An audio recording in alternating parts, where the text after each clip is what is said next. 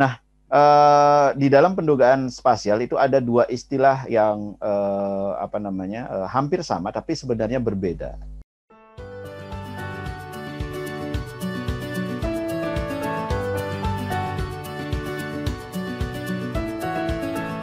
Nah, materi hari ini itu terkait dengan pendugaan spasial, yaitu interpolasi dan prediksi spasial. Jadi kalau misalkan ditanyakan mengapa kita perlu menduga secara spasial. Nah, seperti yang kita ketahui dalam pengamatan data-data spasial, misalkan data-data terkait dengan data cuaca gitu ya, data iklim, itu kita tidak bisa mengamati di seluruh wilayah ya. Seperti misalkan gambar yang ada di samping kanan di sana. Jadi kalau misalkan kita memiliki data dalam bentuk poin, yang data monitoring data, nah pada saat kita ingin menggambarkan bagaimana kondisi spasial, maka kita perlu mengetahui nilai-nilai di mana lokasi atau nilai-nilai yang tidak memiliki data pengamatan, ya, yang lokasi-lokasi yang tidak memiliki data pengamatan. Nah, itulah yang kita duga, gitu ya. Jadi di sana dikatakan pendugaan spasial itu digunakan untuk menduga suatu nilai parameter pada wilayah yang tidak memiliki data pengukuran berdasarkan data pengukuran di wilayah lain. Nah, itu secara sederhana seperti itu. Nah, mungkin nanti akan ada pertanyaan, mengapa kita perlu menduga? Ya, kemudian mengapa tidak dilakukan saja pengukuran di lokasi-lokasi tersebut? Nah, ini jawabannya adalah pengukuran yang dilakukan itu tentu ada beberapa pertimbangan tidak bisa dilakukan. Pertama, mungkin karena biaya gitu ya, karena keterbatasan waktu, ya, keterbatasan alat dan sebagainya. Nah, kalau kita lihat mengapa kita tidak melakukan pengukuran saja, atau kenapa kita harus melakukan pendugaan? Jadi ada beberapa alasan yang mendasari bahwa pendugaan itu perlu dilakukan. Paling tidak ada 3. Yang pertama, data itu tidak tersedia di setiap lokasi. Seperti tadi disampaikan, kita memiliki keterbatasan sumber daya untuk melakukan pengukuran, sehingga tidak di setiap lokasi di suatu wilayah itu memiliki data. Jadi hanya lokasi-lokasi yang memiliki titik-titik pengukuran saja yang memiliki data. Jadi data itu tidak tersedia di setiap lokasi. Kemudian yang kedua, data tidak tersedia setiap saat. Jadi kita tidak bisa melakukan pengukuran misalkan selama 1 tahun penuh misalkan, atau 30 tahun penuh. Jadi ada data-data yang kosong, ya. Data-data tersebut terjadi karena tidak melakukan pengukuran di waktu tersebut. Nah, itulah yang nanti kita lakukan pendugaan, gitu ya. Jadi kalau misalnya kita memiliki data tahun sekian, gitu ya, kemudian tahun yang lain kita tidak memiliki data, nah kita bisa lakukan pendugaan dengan melakukan analisis pendugaan spasial. Nah, kemudian yang ketiga, bisa jadi karena data tersebut hilang, gitu ya, karena ada satu dan lain hal, maka data pada bulan-bulan tertentu, pada waktu-waktu tertentu, atau pada lokasi tertentu itu tidak bisa tersedia, gitu ya, sehingga kita perlu mengisi data kosong tersebut. Nah, untuk mengisi data kosong tersebut, salah satunya adalah dengan melakukan estimasi atau pendugaan. Ya, nah, untuk yang pertama, data tidak tersedia di setiap lokasi itu karena apa? Bisa jadi lokasi tersebut sulit diakses. Misalkan itu adalah hutan, sedangkan kita perlu mendapatkan data di hutan tersebut, tapi kita tidak bisa melakukan akses ke hutan tersebut. Atau merupakan daerah private, ya, misalkan daerah perkebunan yang tidak bisa dilakukan akses sana, atau daerah-daerah lain yang private, gitu ya. Nah, sehingga untuk mendapatkan data tersebut kita bisa melakukan interpolasi, estimasi dan lain sebagainya untuk berdasarkan data-data yang. Nah, itulah kira-kira mengapa kita perlu melakukan pendugaan secara spasial. Nah, di dalam pendugaan spasial itu ada dua istilah yang hampir sama tapi sebenarnya berbeda, yang kita sebut sebagai interpolasi dan juga prediksi. Nah, kita akan lihat apa yang membedakan atau apa yang disebut dengan interpolasi spasial dan apa yang disebut dengan prediksi spasial. Oke, kalau kita lihat satu persatu, jadi interpolasi itu adalah bagaimana kita menduga suatu nilai parameter berdasarkan parameter lain, ya, parameter yang sama di lokasi yang lain. Nah, itu yang namanya interpolasi. Jadi kalau kita ingin menginterpolasikan suhu, maka yang kita gunakan untuk menginterpolasikan suhu adalah data suhu. Ya, jadi di sana seperti kembali ke definisi adalah pendugaan nilai suatu parameter di wilayah yang kita ingin duga menggunakan parameter yang sama di wilayah lain. Nah, itu yang disebut dengan interpolasi. Ya. Jadi umumnya interpolasi itu menggunakan data-data terdekat, ya, data yang sekitarnya dan lain sebagainya. Nah, itu kita interpolasi. Apa bedanya dengan prediksi? Nah, kalau prediksi itu adalah pendugaan nilai parameter wilayah yang tidak memiliki nilai dengan menggunakan parameter lain. Jadi tidak harus dan tidak selalu menggunakan parameter itu sendiri.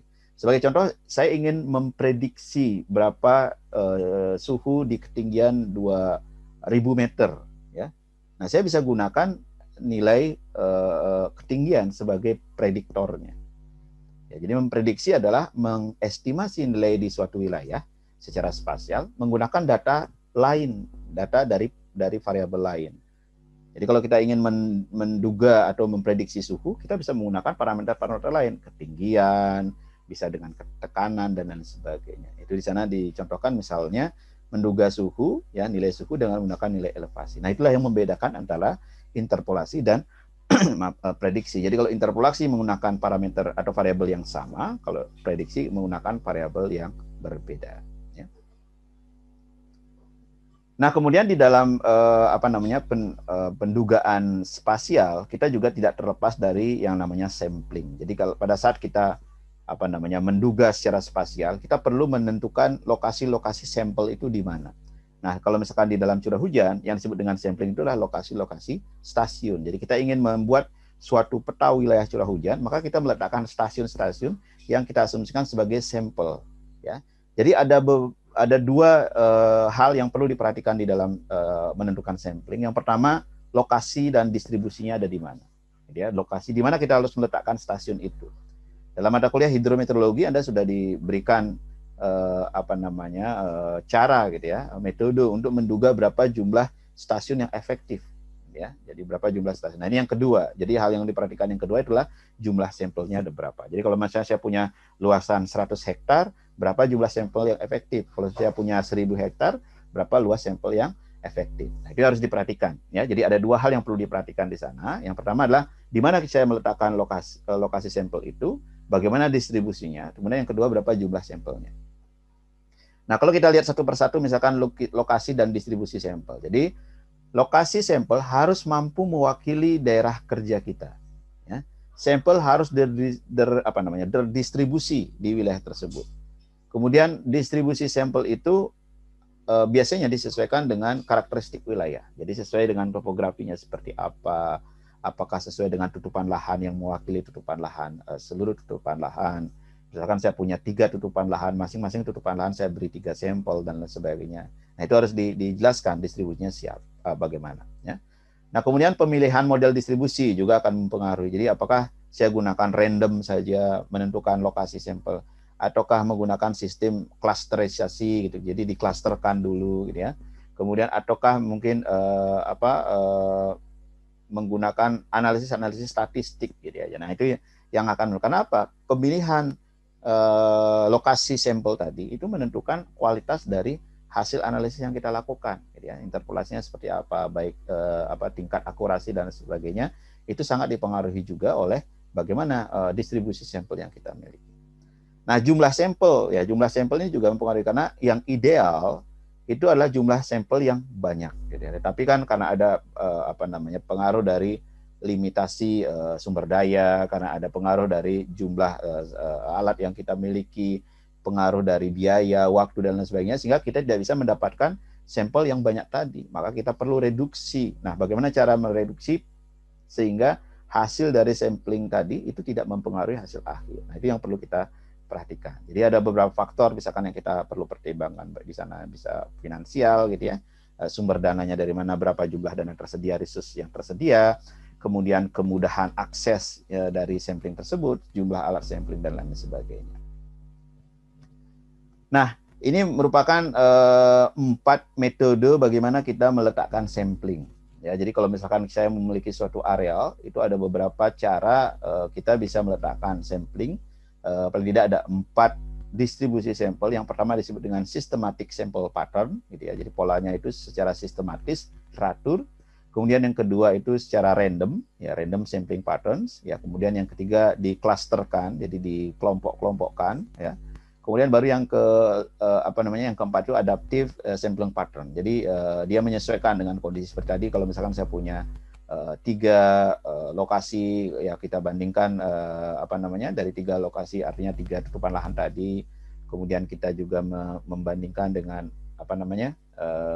topografi dan lain sebagainya. Nah, sehingga kita menentukan. Nah, itu yang disebut dengan adaptive sampling pattern. Nah, kita kalau lihat satu persatu, yang pertama sistematik sampling tadi yang kita buat secara sistematik ya, teratur.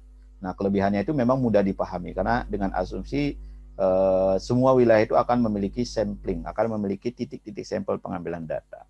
Sangat mudah direncanakan karena sudah teratur gitu ya. Kemudian dia lebih objektif. Nah, sehingga di sini akan mampu mengurangi subjektivitas dari surveyor. Namun kelemahannya tentu tidak efisien. Kenapa? Jumlahnya sangat banyak. Ya, semua lokasi akan memiliki perhatian yang sama. Ya, walaupun di sana memiliki variabilitas rendah, jadi daerahnya misalkan flat, gitu ya, atau daerahnya yang berbukit dan lain sebagainya, itu harus diamati semua dengan perhatian, dengan memberikan perhatian yang sama. Harusnya kan daerah flat mungkin cukup lebih jarang, gitu ya, dibandingkan dengan daerah berbukit misalkan. Dan umumnya dengan lokasi seperti ini atau kondisi seperti ini sangat sulit diikuti di lapangan. Karena apa? Di lapangan berbeda dengan perencanaan di atas kertas. Ya, kita perlu mengecek bagaimana akses dan lain sebagainya. Nah, itu sangat sulit biasanya diikuti. Kemudian ada bias, ya. Jadi pada saat kita ke lapangan mungkin lokasinya bergeser dan lain sebagainya. Nah, kemudian yang kedua ada disebut dengan random sampling. Nah, pada saat random sampling ini kita menyebarkan saja titiknya itu secara random gitu ya, secara acak. Tentu kelebihannya dia biasnya rendah karena kita sudah meletakkan jadi subjektivitas dari surveyor atau subjektivitas itu akan bisa diminimalkan karena lokasinya random. Kemudian dia bisa jadi dia mengikuti pola permukaan karena dia ada faktor-faktor yang menentukan pada saat dia random itu dilakukan. Tentu kelemahannya adalah random tidak menjelaskan lokasinya di mana gitu ya. Bisa jadi yang variabilitasnya tinggi justru sedikit, sedangkan yang variabilitas rendah justru akan lebih banyak ya. Kemudian apa yang membedakan jumlah sampel di suatu lokasi tinggi, lokasi rendah itu tidak bisa dijelaskan kalau misalkan dengan metode random sampling. Kemudian surveyor juga perlu memahami mengapa di sini harus lebih banyak, mengapa ini harus lebih sedikit dan lain sebagainya. Itu harus perlu diperhatikan. Ya. Nah, kemudian yang ketiga ada disebut dengan cluster sampling. Nah, cluster sampling ini adalah kita mengklasterkan, mengkelompokkan sampling itu di lokasi-lokasi tertentu gitu ya. Sesuai dengan pendekatan-pendekatan statistik gitu ya, diklasterkan sesuai dengan kesamaan wilayah dan lain sebagainya. Tentu dia akan lebih terkonsentrasi untuk wilayah-wilayah tertentu dan juga menghemat biaya karena akses untuk satu lokasi itu cukup ke lokasi tersebut kemudian dilakukan sampling di sekitarnya. Tapi kelemahannya tentu sangat tergantung pada metode penentuan cluster gitu ya. Jadi bagaimana metode kita menentukan cluster itu sangat mempengaruhi berapa jumlah cluster yang terbentuk dan berapa jumlah sampling yang akan ada di masing-masing cluster. Nah, kemudian yang terakhir adalah adaptive sampling ini atau adaptive sampling pattern ini kelebihannya tentu lebih efisien ya karena dia lokasi itu disesuaikan. Misalkan lokasi-lokasi yang homogen yang memiliki homogenitas tinggi gitu ya, misalkan daerah datar ya atau daerah-daerah yang tutupan lahannya seragam. Nah, tentu kita tidak perlu memberikan sampling yang banyak gitu ya, dibandingkan dengan daerah-daerah yang lebih beragam. Nah, lebih beragam itu kita perlu memberikan jumlah sampling yang lebih banyak. Tapi kelemahannya itulah kita perlu mendapatkan informasi awal terkait dengan bagaimana lokasi tersebut atau karakteristik wilayah tersebut. Ya, kita perlu dapatkan informasi-informasi tersebut di awal sebelum kita menentukan lokasi-lokasi sampel yang akan kita letakkan. Ya. Dan juga surveyor nantinya perlu memahami ya, tentang variabilitas data. Jadi pada saat di sana variabilitas tinggi, berapa jumlah sampling yang harus diambil. Pada saat variabilitas data rendah itu berapa jumlah sampel yang harus diambil. Nah, kemudian terkait dengan metode interpolasi spasial. Jadi pada saat kita sudah menentukan bagaimana sampling atau bagaimana cara meletakkan sampel itu, kemudian kita tentukan metode setelah didapatkan data, bagaimana kita melakukan interpolasi. Seperti tadi ada dua pendekatan dalam menduga spasial. Yang pertama adalah kita melakukan pendugaan dengan interpolasi, artinya kita menggunakan data-data yang sama. Kemudian yang kedua adalah kita melakukan pendugaan dengan prediksi. Jadi kita menggunakan data-data yang tidak harus sama, tapi ada tambahan-tambahan data lain, variabel-variabel lain yang kita dapatkan dari lapangan. Nah, di sana dikatakan bahwa banyak metode yang bisa digunakan untuk melakukan interpolasi spasial. Umumnya metode tersebut adalah mengkombinasikan nilai dan posisi dari sampling tersebut, gitu ya, untuk menduga nilai variabel pada lokasi-lokasi yang tidak ada datanya. Dan biasanya digunakan fungsi matematis, gitu ya, dan jarak yang menjadi salah satu komponen yang umum digunakan di dalam menduga bagaimana nilai tersebut, ya. Jumlah sampel gitu ya juga sangat mempengaruhi bagaimana interpolasi itu dilakukan. Apakah kita menggunakan seluruh sampel yang ada, ataukah kita menggunakan hanya beberapa sampel yang disebut dengan subset. Jadi kalau misalnya kita menggunakan seluruh sampel, itu bagaimana perhitungan yang dilakukan. Kalau kita menggunakan hanya subset saja, berapa atau bagaimana perhitungan yang dilakukan. Nah, yang perlu diperhatikan di sana, perbedaan metode itu akan menghasilkan luaran yang berbeda di dalam pendugaan. Jadi artinya kita perlu memilih bagaimana atau metode apa yang paling baik yang digunakan di dalam analisis tersebut, ya. Nah, kemudian masing-masing metode itu umumnya bersifat unik. Jadi ada metode-metode yang sesuai digunakan di wilayah tertentu, tetapi pada saat metode itu diimplementasikan di tempat lain, dia tidak menghasilkan hasil sesuai dengan apa yang kita inginkan atau kita harapkan. Ya, sehingga dengan demikian akurasi hasil tadi itu sangat dipengaruhi oleh dua hal. Yang pertama, metode apa yang digunakan untuk melakukan interpolasi. Yang kedua adalah berapa jumlah sampel yang ada. Jadi ada dua hal itu yang akan mempengaruhi bagaimana akurasi hasil. Ya. Nah, kemudian akurasi itu akan dihitung, caranya adalah dengan membandingkan nilai dari hasil interpolasi dengan nilai observasi. Nah, tentu observasi tadi tidak digunakan dalam melakukan interpolasi. Jadi itu yang perlu diperhatikan. Mungkin nanti kalau Anda melakukan penelitian, misalkan melakukan analisis spasial, penduga secara spasial, kemudian ingin melihat bagaimana akurasi hasil dugaan Anda, maka data-data yang akan Anda gunakan untuk verifikasi ataupun dalam proses misalkan validasi, kalibrasi, itu proses validasi tidak bisa dimasukkan ke dalam penyusunan model. Jadi Anda membuat model secara spasial, menduga spasial. Nah, ada beberapa data yang harus Anda exclude, Anda keluarkan, karena akan digunakan untuk proses-proses selanjutnya, yaitu verifikasi dan juga validasi, gitu ya. Jadi disampaikan di bagian akhir di sana, data terukur yang dimaksud tidak digunakan dalam membuat interpolasi. Nah, kita akan lihat beberapa metode. Yang pertama adalah nearest neighbor, ya, ketetanggaan. Jadi interpolasi ketetanggaan. Nah, nearest neighbor ini umumnya juga disebut sebagai polygon Thiessen. Ya, jadi nearest neighbor itu dikenal dengan istilah Thiessen polygon interpolation. Ya, digunakan untuk menduga nilai pada lokasi-lokasi tertentu berdasarkan nilai yang sama yang terukur pada titik yang ada di dekatnya. Ya. Jadi kalau misalkan di contoh gambar sebelah kanan itu ada dua gambar. Yang pertama adalah merupakan titik-titik pengamatan. Nah, kemudian dibuatkanlah polygon Thiessen. Ya, polygon Thiessen artinya apa? Lokasi-lokasi yang ada dalam setiap poligon itu bisa diwakili oleh satu nilai yang paling dekat, yaitu yang data pengukuran tadi. Ya. Nah, sehingga itulah menjadi dasar bahwa metode ini merupakan metode yang paling sederhana karena dia melakukan pendugaan nilai pada lokasi-lokasi yang tidak memiliki data berdasarkan nilai dari lokasi-lokasi data terdekat. Ya, merupakan metode yang paling sederhana dengan menggunakan fungsi F dugaan sama dengan F pengukuran, ya, pada lokasi tertentu. Nah, kemudian ada juga metode yang kedua disebut dengan fixed radius, ya, atau disebut dengan local averaging interpolation. Jadi kita kalau misalkan tadi kita membuat poligon, kemudian wilayah tersebut diwakili oleh satu data. Kemudian yang kedua adalah disebut dengan fixed radius local averaging. Jadi rataan lokal dengan radius yang tetap. Jadi nah, ini yang gambar di sebelah kanan itu menjelaskan di sana ada dua input dan output. Pada saat ingin menduga misalkan nilai-nilai pada lokasi-lokasi yang diberi tanda bintang di sana, ya, pada input itu. Kemudian ada data-data pengukuran di sana, ada beberapa data pengukuran yang diletakkan di data titik. Ya. Nah, kemudian kita menggunakan pendekatan fixed radius ini, maka kita akan membuat satu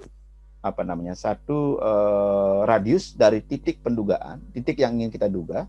Kemudian kita lihat ada berapa data yang dilingkupi oleh radius tersebut. Ya, sebagai contoh di sana yang paling atas kanan atas, ya, yang kanan pojok kanan atas di sana, yang ingin menduga di titik tengah dari lingkaran tersebut, dia ada dua data terukur di sana, yang 6 dan 8. Nah, sehingga itu dirata-ratakan karena local averaging, jadi local average dia rataan lokal, maka didapatkanlah nilainya 7. Kemudian yang berikutnya itu didapatkan nilai 10, yang berikutnya didapatkan nilai 6, dan didapatkan nilai 5. Nah, itulah merupakan nilai pendugaan. Nah, akan berbeda hasilnya kalau kita menggunakan nilai misalkan polygon Thiessen, gitu ya. Jadi fixed radius interpolation itu umumnya lebih kompleks dibandingkan dengan nearest neighbor tadi, tetapi lebih sederhana ya dengan metode-metode interpolasi yang lainnya, karena menggunakan radius yang konstan tetap nilainya, kemudian digunakan untuk menduga berapa nilai berdasarkan nilai-nilai yang ada di dalam radius tersebut. Jadi metode ini menggunakan radius pencarian yang disebut dengan search radius, gitu ya, searching radius sebagai interpolator. Nah, kemudian jika ada data di dalam radius tersebut, maka itulah yang digunakan sebagai penduga. Jadi jumlahnya berapa? Misalkan karena di sini menggunakan local average, gitu ya, maka kita menggunakan rataan lokal dari data tersebut. Jadi yang kedua, ya. Kemudian ada juga yang ketiga, yaitu dengan inverse distance weight. Nah, ini udah umum ya, IDW ya, IDW interpolations, yaitu menggunakan pendugaan dari nilai dan jarak. Jadi metode pendugaan nilai data dengan menggunakan nilai dari data sampel dan juga jaraknya sebagai bobot, gitu ya. Jadi bobot. Nah, dia dikatakan di sana bobot itu diberikan berlawanan dengan jarak. Makanya disebut dengan inverse. Jadi berlawanan dengan jarak, inverse distance. Jadi bobotnya berlawanan dengan jarak. Semakin jauh jarak dari lokasi yang ingin diduga, maka bobot yang diberikan akan semakin kecil. Ya, semakin dekat akan semakin besar. Nah, ini dicontohkan dalam gambar tersebut. Kita ingin menduga nilai di tengah itu, kemudian menggunakan data-data yang sudah diketahui 50, 30 dan 52. Kemudian di sana ada jarak, maka kita susun nilainya menggunakan berapa bobot dari masing-masing jarak, maka diperoleh nilai di sana adalah 39,45. Ya. Nah, kemudian pendekatan yang keempat itu digunakan misalkan spline. Ya, spline juga umum digunakan dalam metode pendugaan secara spasial. Nah, spline ini kita menduga atau membuat smoothing, ya, smoothing dari suatu kurva. Ya, jadi kurva garis umumnya. Nah, kita smoothing. Jadi interpolasi spline itu dianalogikan dengan pendekatan interpolasi untuk membuat smooth curve. Jadi kurva yang smooth dari beberapa titik observasi. Nah, ini diilustrasikan di gambar yang sebelah kiri ya, maaf, di sebelah kiri di sana. Di bagian ya mungkin di atas saya ini. Jadi di sana terlihat bahwa ada titik-titik pengamatan yang diwakili oleh titik-titik di sana dikatakan digitized point, gitu ya, titik-titik pengamatan tersebut. Kemudian kita lakukan smoothing ya dengan membuat kurva yang melengkung antara satu titik dengan titik yang lain. Nah, sehingga nanti pada bagian akhir akan didapatkan kurva yang smooth. Nah, itu yang disebut dengan spline interpolation. Jadi kita memberikan data pada lokasi-lokasi yang tidak ada titik pengamatan. Nah, kalau kita lihat di sana, spline ini merupakan pendekatan yang fleksibel karena bisa digunakan untuk menduga bagaimana garis ataupun juga wilayah, gitu. Jadi kalau misalkan kita membuat wilayah, maka kita juga membuat lengkungan. Jadi bentuknya wilayah, gitu ya, untuk lokasi-lokasi yang tidak ada titik pengamatan. Nah, itu adalah 4 pendekatan yang digunakan ya. Jadi tadi yang pertama itu adalah misalkan dengan polygon Thiessen, gitu ya. Kemudian yang kedua adalah radius fix local average, gitu ya. Kemudian yang ketiga dengan inverse distance weight, gitu ya, dengan IDW, kemudian dengan spline. Nah, bagian yang kedua itu adalah prediksi spasial. Seperti tadi disampaikan, bedanya dengan interpolasi itulah prediksi menggunakan data lain. Kalau misalkan interpolasi tadi saya menginterpolasikan suhu, maka yang saya gunakan adalah data suhu, ya, yang digunakan untuk melakukan interpolasi. Kalau misalkan prediksi, kita menggunakan data-data yang lain. Jadi prediksi spasial itu menggunakan pendekatan matematis, ya, model-model statistis, dengan menggunakan informasi-informasi dari lokasi, koordinat, data pengukuran, ya, data pengukuran itu artinya data variabel yang sama, atau juga nilai dari variabel-variabel yang berbeda, gitu ya, dari lokasi tersebut. Nah, perbedaannya dengan interpolasi itu adalah prediksi spasial menggunakan pendekatan statistik dengan menggunakan variabel bebas, lokasi koordinat, dan variabel-variabel lain yang akan digunakan, ya. Nah, di dalam melakukan analisis prediksi spasial ada 2 hal yang perlu kita pahami juga di sini. Itu yang pertama ada disebut dengan autocorrelation, yang kedua adalah spatial cross correlations. Saya yakin Anda sudah mendengar, mudah-mudahan sudah paham juga apa disebut dengan autocorrelation dan apa yang disebut dengan cross correlation. Nah, kalau secara definisi di sana, autocorrelation itu adalah metode untuk melihat seberapa dekat, ya, hubungan antara satu objek dengan objek lain di satu data spasial, ya, secara spasial. Jadi bagaimana misalkan melihat satu titik lokasi, misalkan saya ingin menduga kedekatan antara lokasi yang satu dengan lokasi yang lain. ya di dalam satu data. Nah, itu disebut dengan spatial autocorrelation. Jadi kita ingin menduga nilai kedekatan tersebut. Nah, nilainya itu antara 0, positif dan negatif. Kalau misalkan positif artinya memiliki nilai autocorrelation positif, maka objek tadi akan memiliki kedekatan dengan objek sekitar. Nah, ini biasanya objek-objek yang mengumpul gitu ya, yang apa namanya, yang tercluster secara baik. Nah, itu biasanya memiliki nilai autocorrelation yang tinggi. Ya. Tapi yang kalau misalnya rendah, yang negatif, maka itu sangat random ya. Sebaran data spasialnya sangat random. Nah, itu akan memberikan informasi autokorelasi yang rendah. Kemudian yang kedua ada disebut dengan spatial cross correlation. Nah, kalau misalkan autocorrelation tadi hanya menggunakan satu layer saja, kemudian kita mencoba mencari bagaimana korelasi antara satu pixel dengan pixel yang lain di dalam layer tersebut. Nah, kalau cross correlation itu adalah kita melakukan korelasi antar dua layer yang berbeda di pixel yang sama. Jadi mengetahui hubungan kedekatan antara dua variabel pada lokasi yang bersesuaian. Ya, misalkan saya ingin melakukan korelasi antara jumlah penduduk dengan tingkat pendidikan misalkan. Ya, saya ingin mencari suhu dengan curah hujan misalkan. Jadi saya buat autocorrelation, cross correlation antara suhu dan curah hujan, gitu ya. Nah, ini juga bisa menjadi satu bahan penelitian, gitu ya. Jadi Anda lakukan cross correlations antara misalkan data curah hujan sebelum tahun 2000 dan setelah tahun 2000. Apakah ada perbedaan korelasi antara suhu dan curah hujan sebelum atau setelah, atau dengan kebencanaan misalkan dan lain sebagainya. Itu juga merupakan salah satu pendekatan yang bisa digunakan, ya. Nah, inilah contoh misalkan yang bagian kanan di sana adalah spatial autocorrelation. Jadi kalau misalkan spatial autocorrelation yang tinggi, itu Anda lihat di sana layer 1 dan lag, itu lag layer artinya sekitarnya itu memiliki korelasi yang cukup tinggi, artinya bernilai positif, maka dia akan kira-kira bentuk datanya seperti itu. Jadi tercluster dengan baik karena dia memiliki korelasi yang cukup baik dengan data sekitar. Sedangkan kalau misalkan spasial atau korelasinya rendah, nilainya negatif, maka datanya random, gitu ya. Jadi sangat sulit untuk melakukan prediksi biasanya. Ya, jadi kalau misalkan dia lebih teratur, maka sangat lebih mudah untuk melakukan prediksi. Nah, biasanya kita juga bisa melihat bagaimana pola-pola keteraturan dari spasial ini. Jadi melihat misalkan di dalam kebencanaan, apakah ada pola keteraturan bencana misalkan di Indonesia, gitu ya. Jadi kita lihat misalkan dari Jawa Barat sampai dengan Jawa Timur seperti apa pola, apakah dia memiliki spatial atau correlation yang tinggi, ya. Kemudian kita coba cross correlationkan dengan nilai curah hujan, suhu dan parameter-parameter lain sehingga kita bisa dapatkan atau memberikan gambaran bagaimana kira-kira kondisi misalkan bencana misalkan banjir di satu wilayah dengan kondisi curah hujan ataupun tutupan lahan di wilayah tersebut. Nah, sedangkan yang disebut dengan spatial cross correlation seperti tadi kita menggunakan dua layer yang berbeda. Kemudian kita mencoba membuat korelasi antara dua layer tersebut pada lokasi-lokasi yang bersesuaian. Nanti kita lihat bagaimana korelasinya di sana, apakah tinggi atau rendah. Jadi kalau misalkan tinggi berarti dia memiliki kedekatan, dia memiliki hubungan yang cukup erat gitu ya antara satu parameter dengan parameter lain. Sehingga parameter yang lain itu bisa digunakan untuk menduga. Sebagai contoh misalkan topografi dengan suhu. Nah, pada saat kita lakukan cross correlation itu pasti memiliki nilai yang cukup tinggi ya, sehingga topografi bisa digunakan untuk menduga suhu. Nah, kemudian prediksi spasial ada beberapa metode yang biasanya digunakan. Paling tidak di sana ada 4 ya yang umum digunakan. Ada disebut dengan regresi spasial sederhana, ya regresi sederhana secara spasial. Kemudian yang kedua disebut dengan trend surface, ya tren permukaan itu seperti apa polanya. Kemudian ada kriging dan juga co-kriging. Nah, ini merupakan prediksi spasial. Jadi kalau misalkan seperti tadi yang IDW itu merupakan interpolasi. Nah, kalau misalkan kriging itu bukan interpolasi. Kriging itu adalah merupakan metode untuk memprediksi. Karena apa? Kriging tidak menggunakan hanya dari data pengamatan yang sesuai saja, tapi dia juga memerlukan data-data lain, gitu ya.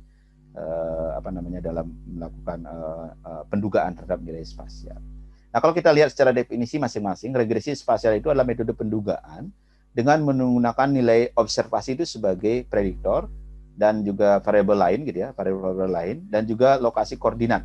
Jadi dalam membangun persamaan prediksi. Jadi kita ingin melihat misalkan z di x, y itu sama dengan fungsi dari koordinat, gitu ya, fungsi dari data pengamatan dan fungsi dari parameter-parameter lain. Nah, setelah kita dapatkan persamaan, kemudian kita aplikasikan kepada seluruh wilayah yang ada di koordinat tersebut, maka kita dapatkan nilai di masing-masing koordinat. Nah, itu adalah merupakan suatu regresi. Jadi kalau misalnya kita membuat regresi secara satu dimensi atau dua dimensi garis itu ya, maka kita menduga bagaimana rumus garis itu. Nah, kalau spasial juga sama, kita melakukan pendugaan x, y. Jadi z x, y sama dengan fungsi dari lokasi x, y, kemudian fungsi yang lain, variabel yang lain. Kemudian trend surface. Nah, itu metode pendugaan dengan menggunakan fitting. Jadi trend surface itu kita mencoba membuat bentuk kurva secara dua dimensi. Tiga dimensi ya, berarti curve secara spasial. Nah, fitting kalau misalkan di di dalam grafik gitu ya, misalkan dua dimensi x dan di dalam hanya dua dimensi saja. Nah, itu kita juga misalkan dengan moving average ya. Jadi moving average itu merupakan fitting. Nah, kalau misalkan trend surface itu kita bisa juga gunakan yang namanya smoothing seperti yang beberapa minggu lalu kita mengambil misalkan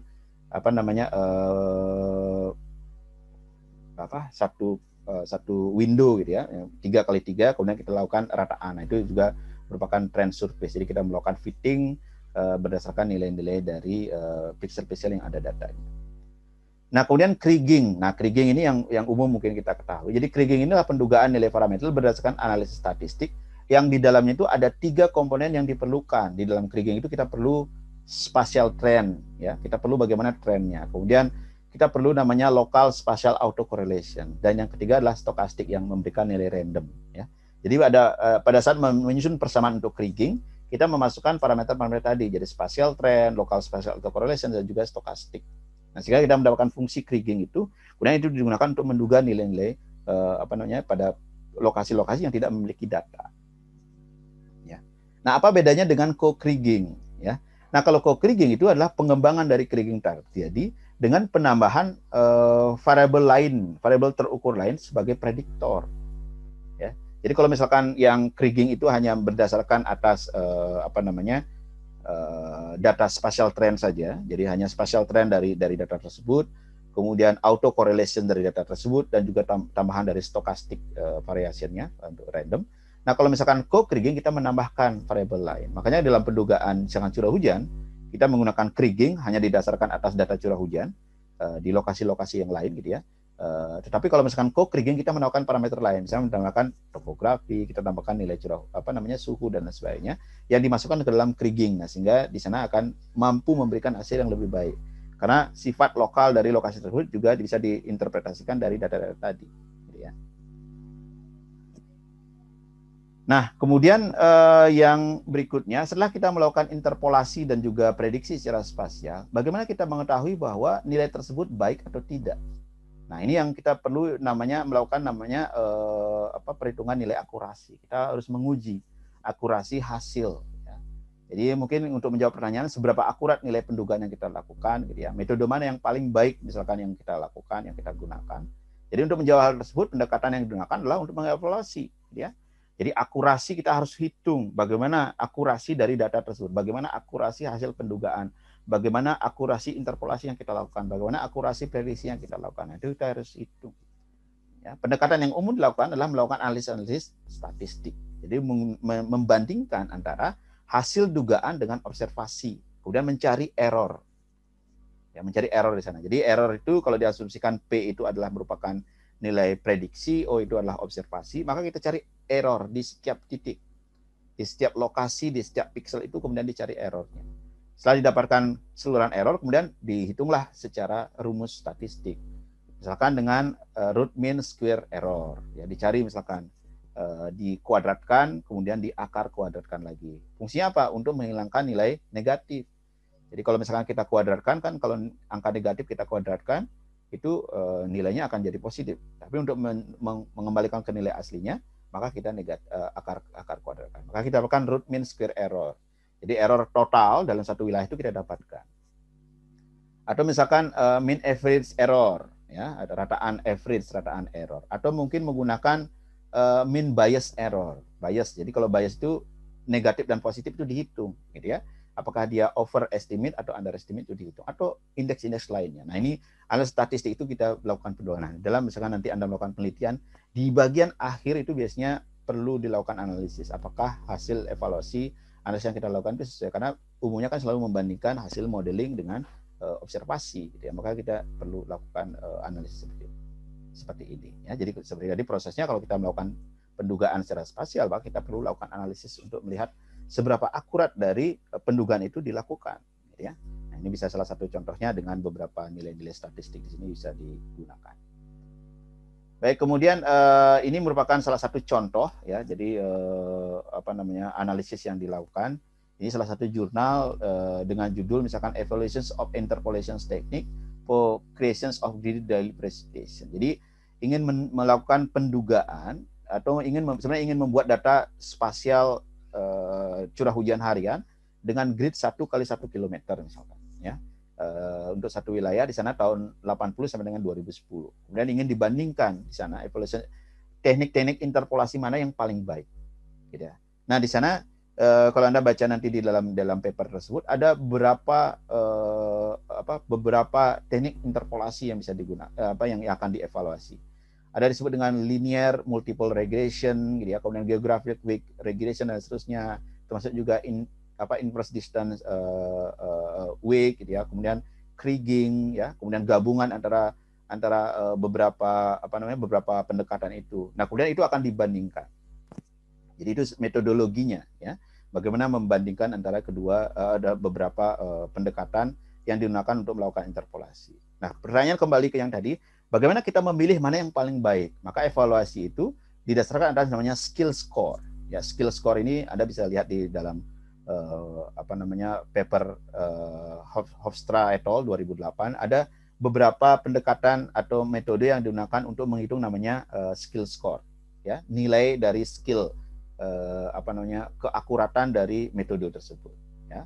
Umumnya menggunakan analisis statistik, di sana menggunakan namanya compound relative error ya, seperti tadi kan juga menggunakan mean absolute error ya, atau mean areal error ya, percent correlation dan sebagainya. Itu ada beberapa metode. Nah, ini saya ambil di sana ada 4 metode yang bisa digunakan ya, misalkan compound relative error, percent correlation coefficient, kemudian mean absolute error dan mean areal error. Nah, terus bagaimana caranya untuk memilih ya? Jadi dari masing-masing metode tadi, masing-masing interpolasi itu nanti akan dirankingkan. Jadi misalkan dilakukan untuk satu model, kemudian dihitung berapa nilai masing-masing, gitu ya. Misalkan CRE compound relative error itu akan dilihat nilainya dari yang terendah sampai dengan tertinggi. Kemudian yang terendah diberikan ranking 1, yang tertinggi diberikan nilai ranking yang paling rendah, ya, yang nilai tinggi. Kemudian begitu juga dengan R dan seterusnya. Nah, sehingga dari hasil tersebut dia akan didapatkan ranking untuk masing-masing skill tadi. Nah, kemudian bagaimana kita memilih semuanya? Itu tinggal merata-ratakan ranking tadi. Jadi kalau misalkan nanti ada satu rankingnya tinggi, artinya nilainya rendah, ranking 1, kemudian di berikutnya dia ranking 2, di berikutnya ranking 3, di berikutnya ranking 1, maka digabungkan dia akan mendapatkan nilai ranking total itu sekian, sekian. Ya. Nah, ini kalau kemudian dilakukan analisis, kira-kira hasilnya seperti ini ya. Jadi dapatkanlah misalkan kalau misalkan Anda lihat di sini di tabel ini, itu akan didapatkan average rankingnya yang merupakan hasil dari ranking di masing-masing parameter tadi. Nah, ini dilakukan analisis untuk pendugaan curah hujan spasial itu dilakukan untuk beberapa beberapa kondisi. Ya, di sini diberikan 4 kondisi. Yang pertama itu adalah untuk curah hujan rendah, very low rainfall misalkan itu diberikan bagaimana untuk menduga curah hujan rendah 0 sampai 30% dari nilai curah hujan rataan, gitu ya. Nah, kemudian yang kedua misalkan 30 sampai 60% dari curah hujan rataan. Kemudian atau 60 sampai 84% curah hujan rataan dan 85 sampai dengan 100% dari curah hujan rataan. Nah, ini ingin dilihat bagaimana hasilnya, ya. Mana metode interpolasi yang paling baik yang bisa digunakan untuk menduga itu. Nah, ini bisa menjadi menjadi referensi Anda, gitu ya. Jadi Anda kalau misalkan ingin melakukan perbandingan metodologi, nah ini merupakan salah satu hal yang bisa Anda lakukan. Gitu ya. Anda membuat perankingan metodologi, menaikkan pendekatan, kemudian Anda memilih metode mana yang Anda gunakan. Sebagai contoh, misalkan Anda ingin menduga beberapa bagaimana metode yang paling cocok untuk menduga curah hujan di Pulau Jawa misalkan. Ya, untuk membuat curah hujan wilayah di Pulau Jawa dengan grid yang lebih spesifik dari data-data BMKG misalkan.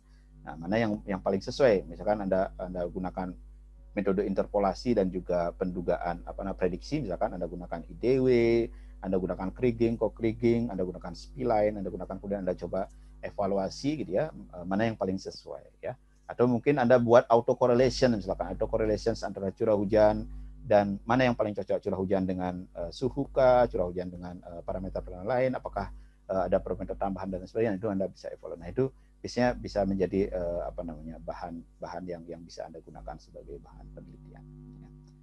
Jadi itu kira-kira yang ingin disampaikan. Nah, di bagian akhir ini hal yang perlu mungkin Anda pahami di dalam di dalam analisis spasial ya, yang disebut dengan Tobler-First Law of Geography. Di sana dikatakan bahwa everything is related to everything else, but near things are more related than distant things. Jadi segala sesuatu di permukaan bumi itu akan terkait satu sama lain. Nah, itu merupakan first law of geography. Secara spasial, apapun di permukaan bumi itu terkait dengan hal-hal lain di permukaan. Tetapi di sana dikatakan bahwa sesuatu yang berdekatan itu memiliki kedekatan, memiliki tingkat korelasi yang lebih tinggi dibandingkan yang lebih jauh. Nah, itu merupakan first law of geography. Nah, itu bagian akhir yang bisa saya sampaikan terkait dengan analisis pendugaan spasial ya. Tadi kita sudah bahas namanya interpolasi dan prediksi spasial. Mudah-mudahan bisa memberikan gambaran kepada Anda gitu ya, tentang bagaimana proses-proses spasial. Baik, itu yang bisa disampaikan. Mohon maaf, mungkin untuk hari ini kita tidak lakukan diskusi gitu ya, karena waktu. Jadi cuma saya jam 10 harus mengikuti sidkom, sidang komisi untuk mahasiswa pasca. Nanti bahan ini akan termasuk juga rekaman akan saya sampaikan juga di dalam ULMS, dan juga di sana ada forum diskusi jika ada hal yang terlewat. Sekaligus untuk menginformasikan materi kuliah ini akan dilaksanakan UTS ya. UTS akan dilaksanakan kalau sesuai jadwal kalau tidak salah tanggal 19 ya, minggu depan. Jadi mohon cek kembali nanti. Nanti akan saya informasikan di grup bagaimana mekanisme pelaksanaan UTS. Jadi kita tetap menggunakan platform New LMS. Jadi nanti soal-soal UTS akan saya sampaikan di sana. Nanti metodologinya, mekanismenya apakah sesuai jadwal atau Anda bisa mengerjakan lebih dari jadwal tersebut, nanti akan kita lihat. Baik, itu yang bisa disampaikan. Terima kasih atas perhatiannya. Ya, saya ucapkan terima kasih. Selamat pagi.